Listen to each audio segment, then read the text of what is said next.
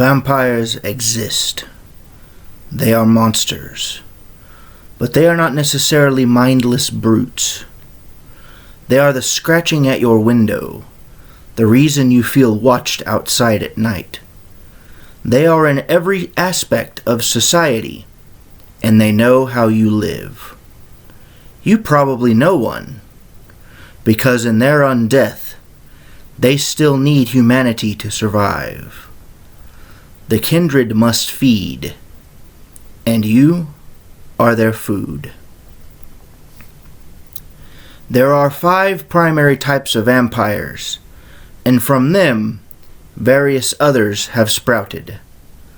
The 5 are Daiva, the ones you kill for. Daiva are the most seductive of the kindred. Their beauty and grace is only matched by their cunning and ferocity. Nicknamed serpents, Daiva embody the very being you crave, whom or whatever you want the most.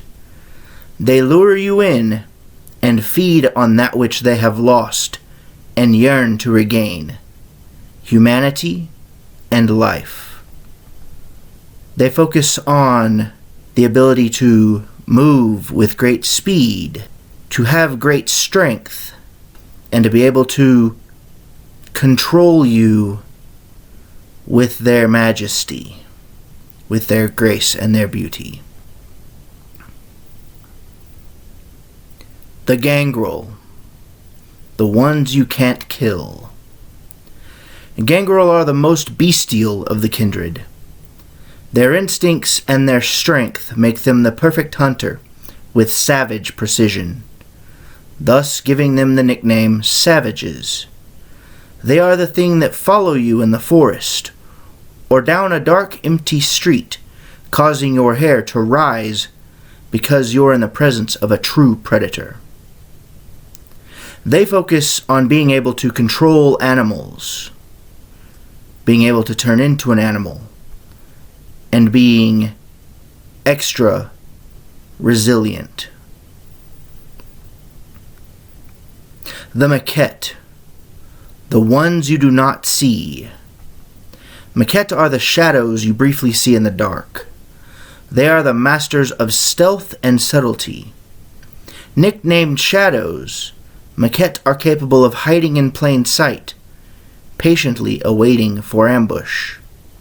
They focus on aspects where they can reveal to only themselves the secrets of others.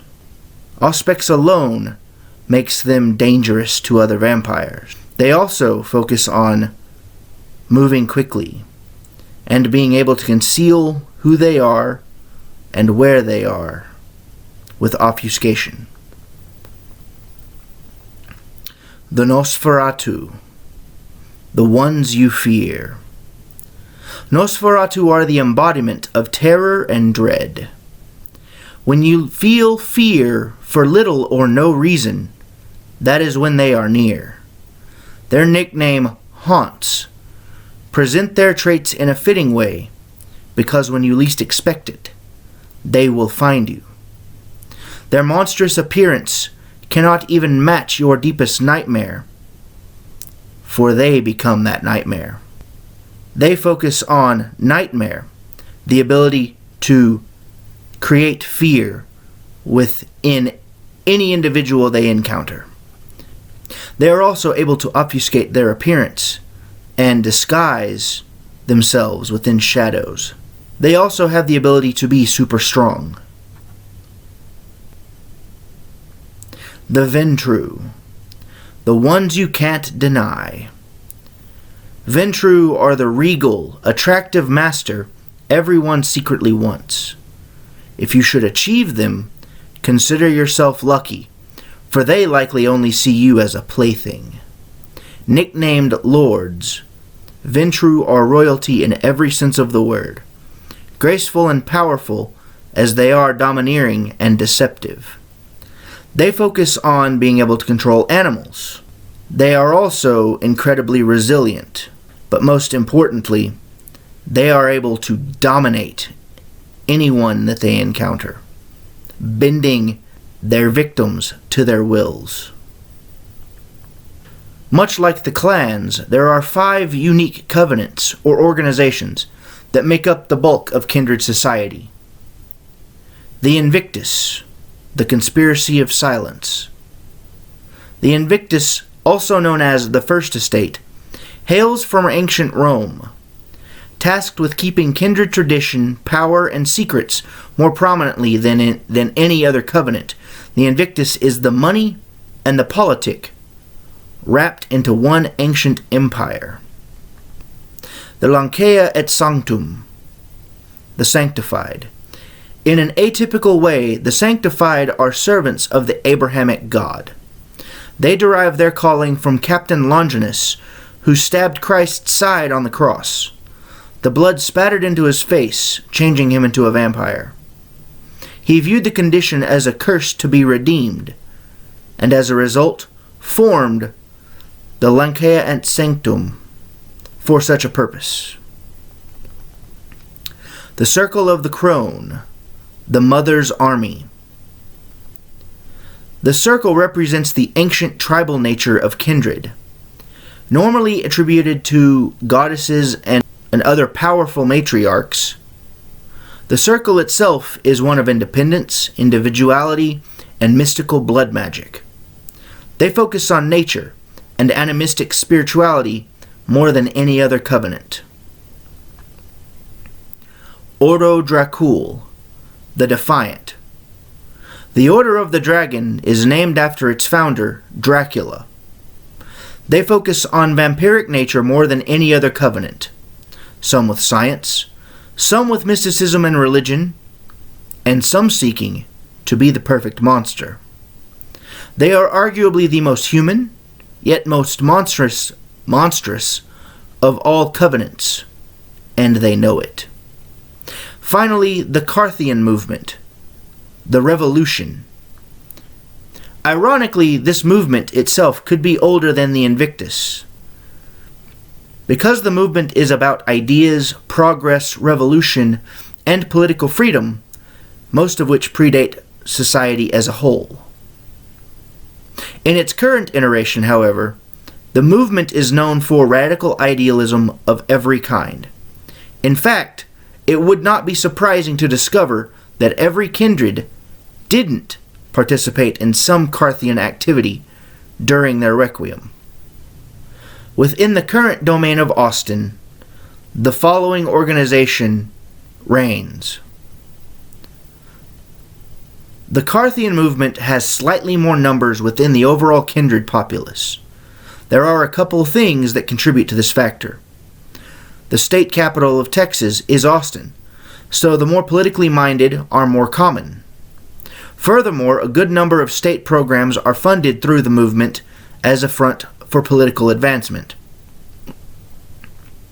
The University of Texas is in Austin. Austin is first and foremost a college town. There are at least 4 prominent academies of higher education within the domain of Austin.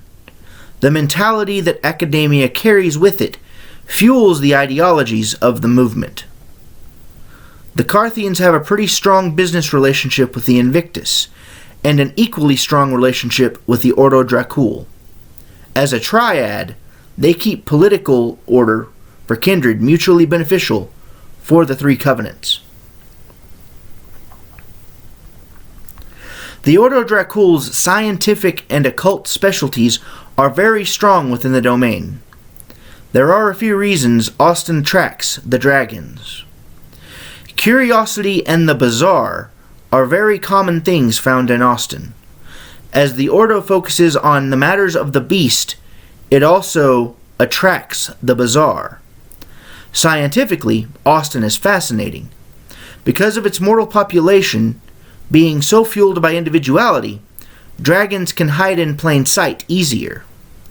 Their scientific endeavors are easily operable and more likely to be plausibly denied if accidentally made public.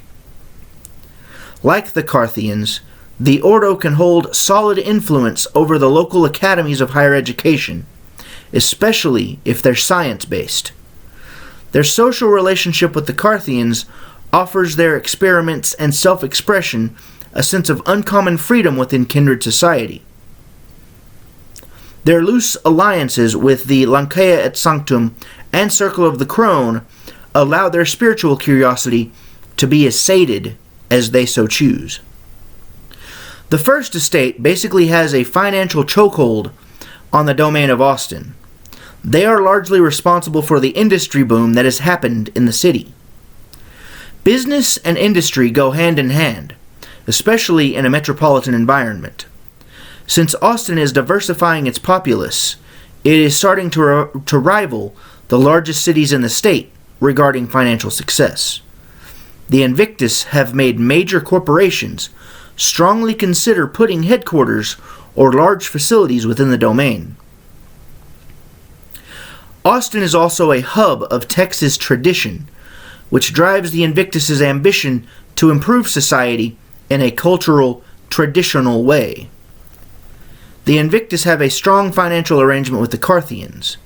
They understand the movement can be just as manipulated as any political entity.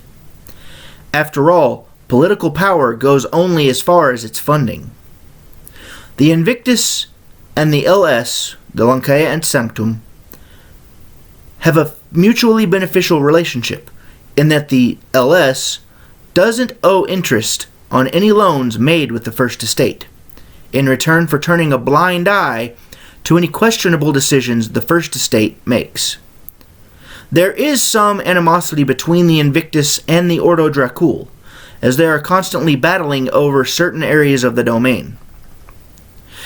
It's debatable that the Church doesn't rule the domain of Austin at the moment, at least behind the scenes, that is. Mary Trin, the current Prince of Austin, is an adamant follower of the teachings of Longinus. While she may be a major player in the Carthians, she does not shy away from her beliefs of being damned.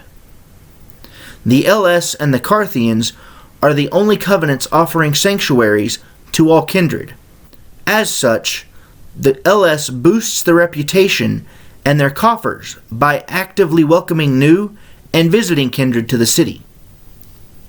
However, there are those that wish the LS was a bit more selective and hard-lined in its progressiveness. Rumors of a coup are becoming common. The LS and the Invictus are very tight in their allegiance, followed closely by Ordo and Carthians. The Circle of the Crone has a prominent place within the domain of Austin. Though socially they prefer to be reclusive, their presence is still felt. They rule the more natural and rural parts of Austin at night, and the other covenants respect those rights. Several high-ranking Carthians and dragons follow the Circle's spiritual traditions. The Circle usually doesn't seek political power or territory until it is necessary to their agenda. As such, within the domain, they have little to do with the Carthians, and even less to do with the Invictus. They tend to avoid publicly interacting with the LS whenever possible. With this knowledge, how do you choose to survive and live in Austin after midnight?